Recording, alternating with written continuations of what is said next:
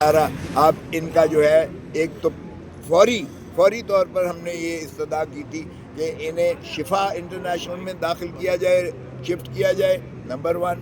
اگر اخفاء مقصود نہیں ہے کسی چیز کا یا ہو بھی تب بھی اس کا کوئی جواز نہیں بنتا ہے، ان کے ذاتی معالج کو ایسوسیٹ کیا جائے ہر پروسیجر میں، ہر ان کی تشخیص میں اور علاج میں، اور ان کی فیملی ممبرز کو اس میں جو ہے ساتھ ایسوسیٹ کیا جائے تاکہ ان کی بھی تشفی اور تسلی ہو، اور ساتھ ہی وکلاء کو ملاقات کرنے کی اجازت دی جائے تاکہ وکلاء نہ صرف یہ کہ وہ اپنی تشفی کریں بلکہ یہ کہ وہ لیٹسٹ ہدایات لے سکیں، کیونکہ وکیل جو ہے وہ ترجمان ہوتا ہے سائل کا، اور اگر سائل سے اس کا جو ہے رشتہ منقطع ہو جائے تو وکیل بے معنی ہو جاتا ہے۔ اس لیے وکیل اور وکالت کا پیشہ اسی چیز کا متقاضی ہے، قانون بھی یہی کہتا ہے کہ اس کا مسلسل رابطہ اپنے سائل کے ساتھ ہونا چاہیے تاکہ وہ کما حق ہو ان کی جو ہے ترجمانی کر کے ان کے مقدمے کو لگا کے یکسو کر سکے۔ تو اس لیے آج انہوں نے جو ہے آرڈر یہی کیا کہ انہوں نے کہا کہ اگر آپ کی اپیل ہی لگا دیں،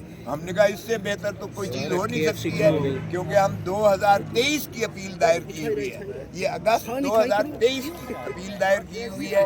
پھر انہوں نے پوچھا کہ کیا پیپر بکس بن گئی ہیں، تو ہم نے کہا یہ تو آپ کے دفتر کا کام ہے، ہم نے تو پیپر بکس نہیں بنا کے دینی ہے، آپ پوچھیے گا دفتر سے۔ تو انہوں نے کہا یہ بھی ہم حکم کر دیتے ہیں کہ پیپر بک ہو۔ تو ہم نے کہا کہ کل کے لیے رکھ لیں اسے، کل کے لیے ہم تو آج بھی تیار ہیں، اپیل کے لیے بھی تیار ہیں، اور ہم اس مسلینس اپلیکیشن کے لیے بھی ہم جو معروضات ہیں ہم کرنے کو تیار ہیں۔ تو انہوں نے کہا کچھ دن تو 2-4 دن لگیں گے ظاہر ہے دفتر کو پیپر بکس بنانے میں۔ تو ہم نے اصرار کیا کہ اس کو سوموار کو لگا دیجئے گا، پہلا ورکنگ ڈے ہوگا، کیونکہ آپ کو پتہ ہی ہے کہ ہفتہ اور اتوار جو ہے یہ نان ورکنگ ڈے ہوتا ہے ہائی کورٹس میں، تو اس لیے پہلا دن جو ہے ہم نے کہا 10 کو لگا دیں۔ تو جج صاحبان نے کہا کہ 10 کو ہم نے کوئی اور چیز معاملات لگائے ہوئے ہیں 11 کے، 10 کو لیے پھر انہوں نے لگا دیا، 9 کی بجائے، منڈے کی بجائے ٹیوزڈے کو لگا دیا انہوں نے۔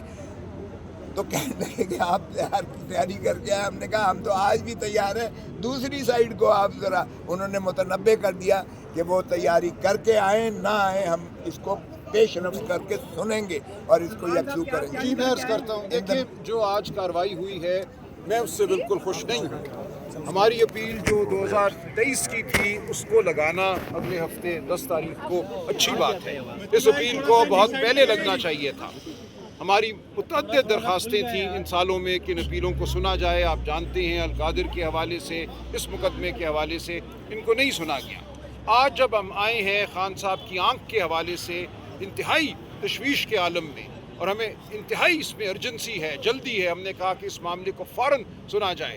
ان کی آنکھ کا جو معاملہ ہے ایک لمحے کے لیے اس میں تاخیر ہمیں قبول نہیں ہے، نہ عدالت کو ہونی چاہیے۔ تو عدالت نے ہماری آنکھ کے حوالے سے جو استدعا تھی اس کو 3 سال پرانی اپیل کے ساتھ منسلک کر کے 7 دن آگے یہ معاملہ ڈال دیا ہے، جو کسی صورت یہ بات اچھی نہیں ہے۔ میں نے جب کوشش کی یہ کہنے کی کہ یہ معاملہ جلدی کا متقاضی ہے تو جج صاحب نے کہا آپ کو ہمیشہ جلدی ہوتی ہے۔ میں نے کہا یہ جلدی اس لیے ہوتی ہے کہ جو ہمارے حالات ہیں، جس جگہ ہمیں کھڑا کر دیا گیا ہے وہاں اور کوئی چارہ نہیں سوائے اس کے کہ ہم آپ سے تقاضا کریں کہ آپ اپنے فرائض کو فی الفور سر انجام دیں، لیکن نہیں مانی انہوں نے بات، اور ہمارے آنکھ کے معاملے کو، خان صاحب کی صحت کے معاملے کو بھی 1 ہفتہ آگے کر دیا ہے۔ اب ہم کل انشاءاللہ ایک نئی درخواست داخل کریں گے، ایک آئینی درخواست داخل کریں گے جس میں ہم اصرار کریں گے کہ ان کی آنکھ کے معاملے کو فوراً دیکھا جائے۔ 7 دن ہم انتظار نہیں کر سکتے، لیکن اگر عدالت پھر یہی رویہ رکھتی ہے کہ آنکھ کے معاملے کو ایک 3 سال پرانی اپیل کے ساتھ منسلک کر دیتی ہے تو ہمارا احتجاج جاری رہے گا۔ ہم ہر سطح پہ آواز اٹھائیں گے، آپ کے سامنے ہے، اس وسطائیت کے نظام میں ہم عدالتوں سے ٹکراتے ہیں، ہم عوام سے اپیل کرتے ہیں، ہم چیف جسٹس سے چیمبر میں ملتے ہیں، ہم سڑکوں پر آتے ہیں، یہاں سے اٹھ کر ابھی اڈیالہ جائیں گے، اڈیالہ جیل کے باہر ہم کھڑے ہوں گے۔ تو ہم پوری قوم کے سامنے اپنا مقدمہ لڑ رہے ہیں، اور ہم پوری قوم کو بار بار یہ کہتے ہیں کہ یہ مقدمہ تم نے لڑنا ہے، بالآخر یہ مقدمہ اس قوم نے جیتنا ہے۔ ہم عدالتوں میں آتے رہیں گے، ہم عدالتوں سے معاملہ کرتے رہیں گے، جو کچھ عدالت ہمیں دے گی یا نہیں دے گی وہ قوم کے سامنے ہے۔ تو آج کی کارروائی یہی ہے کہ 3 سال پرانی اپیل کو لگا دیا گیا ہے، 10 مارچ کو اچھا کیا گیا ہے، یہ پہلے ہونا چاہیے تھا، لیکن آنکھ کے معاملے کو، صحت کے معاملے کو اس اپیل کے ساتھ منسلک کرنا یہ ٹھیک نہیں ہوا۔ اس کے بارے میں ہم دوبارہ درخواست دیں گے، جیسا کہ میں نے کہا انشاءاللہ کل ایک نئی درخواست اسی عدالت میں ہم پھر دائر کریں گے. اس پہ بھی اگر سنوائی نہیں ہوتی یا اس کو بھی اگر تاخیر کے حوالے کیا جاتا ہے تو معاملہ آپ کے سامنے ہوگا، ہم بات کرتے رہیں گے.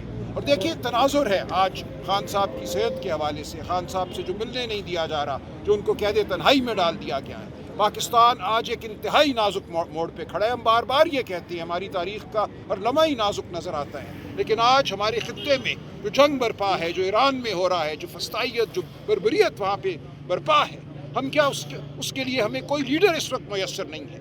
ہم یہ دیکھتے ہیں کہ اس وقت جو جھوٹ اور فریب کا نظام ہے وہ ٹرمپ کی مدعیت پہ کھڑا ہے، ٹرمپ کو اپنا امام مانے بیٹھا ہے.